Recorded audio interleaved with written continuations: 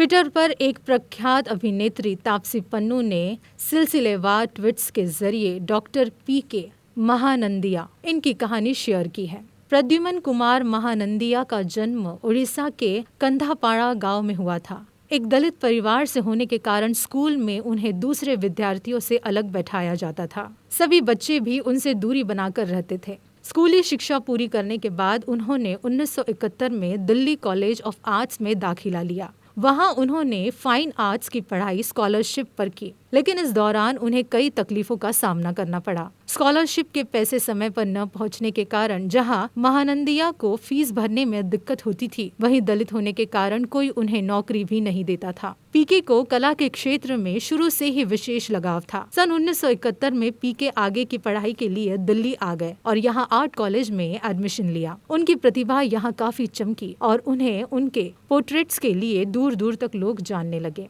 पढ़ाई के दौरान उन्होंने श्रीमती इंदिरा गांधी का एक चित्र बनाया जिसकी बहुत प्रशंसा हुई और इस वजह से उन्हें कनॉट प्लेस पर बैठने की एक जगह मिल गई, जहां बैठकर वे लोगों के चित्र बनाने लगे। यही वो जगह थी जहां उन्हें शेरलोट मिली। पीके महानंदिया की जिंदगी उस दिन बदल गई जब यूएसएसआर की पहली महिला अंतरिक्ष यात्री वेलेंटीना ट्रेस्कोवा भारत आई। डॉक्टर पीके ने वेलेंटीना ट्रेस्कोवा का स्केच बनाकर उन्हें भेंट किया, जिसकी चर्चा तमाम अखबारों में हुई। जिसके बाद उन्होंने विभिन्न लोकप्रिय स्थानों पर आने वाले टूरिस्ट का स्केच बनाना शुरू किया। 17 दिसंबर 1975 को पीके महानंदिया स्वीडन की एक छात्रा वॉन स्केडविन से मिले, जो 22 दिनों तक ड्राइव कर डॉक्टर पीके से मिलने के लिए भारत आई थी। उस मुलाकात ने उनके जीवन को बदल दिया और मिलने के बस 3 दिनों बाद दोनों ने एक दूसरे से शादी कर ली।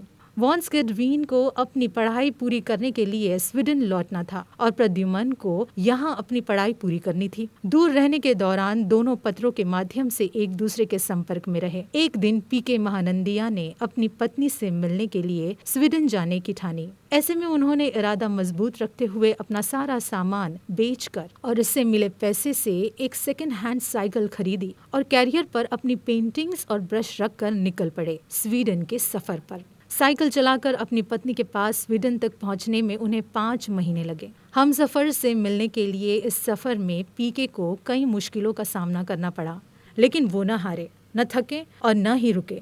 सफर में कई दिनों तक उन्हें एकदम फाका ही करना पड़ा और कई बार तो साइकिल ने भी चलने से मानो इनकार कर दिया हो, लेकिन उन्होंने हार नहीं मानी। पीके दिल्ली से अमृतसर पहुंचे। यहाँ से Afghanistan, Iran, Turkey, Bulgaria, Yugoslavia, Germany, Australia और डेनमार्क होते हुए वो स्वीडन पहुंचे। लेकिन अभी हम सफर से मुलाकात में कुछ वक्त था। पीके साइकिल से स्वीडन के शहर गॉटेनबर्ग पहुंचे, लेकिन उन्हें शेरलॉट से पहले इमिग्रेशन ऑफिसर से मुखातिब होना पड़ा।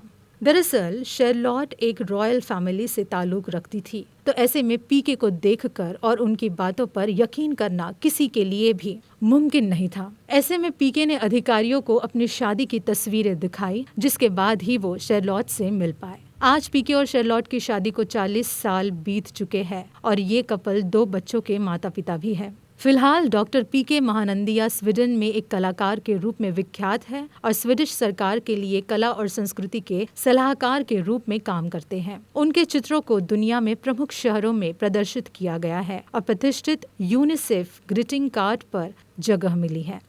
4 जनवरी 2012 को भुवनेश्वर के सांस्कृतिक उत्कल विश्वविद्यालय ने पीके महानंदिया को डॉक्टरेट की उपाधि से सम्मानित किया। पीके ने भले ही जीवन में ऊंचाई हासिल कर ली हो, लेकिन आज भी वो सामाजिक मुद्दों पर अपनी बेबाक राय रखते हैं। पीके ने राजस्थान हाईकोर्ट में स्थापित मनु की मूर्ति हटाने के कैंपेन को अपने ट्विट हैंडल से सपोर्ट किया है। डॉक्टर बाबा साहेब अम्बेडकर के एनिहिलेशन ऑफ कास्ट इस किताब से भी वो काफी प्रभावित है। बाबा साहब को अभिवादन करने के लिए उन्होंने अपने फेसबुक पोस्ट पर एनिहिलेशन ऑफ कास्ट का पोस्टर पोस्ट किया है। भारत में महिलाओं तथा दलितों पर हो रहे अत्याचारों पर वो चिंतित होते हैं। फेसबुक के माध्यम से अपनी भावनाएं व्यक्त करते हैं। पीके भारत के सभी नागरिकों के लिए, विशेषतः प्रेमी युगलों के लिए एक प्रेरणा स्रोत है।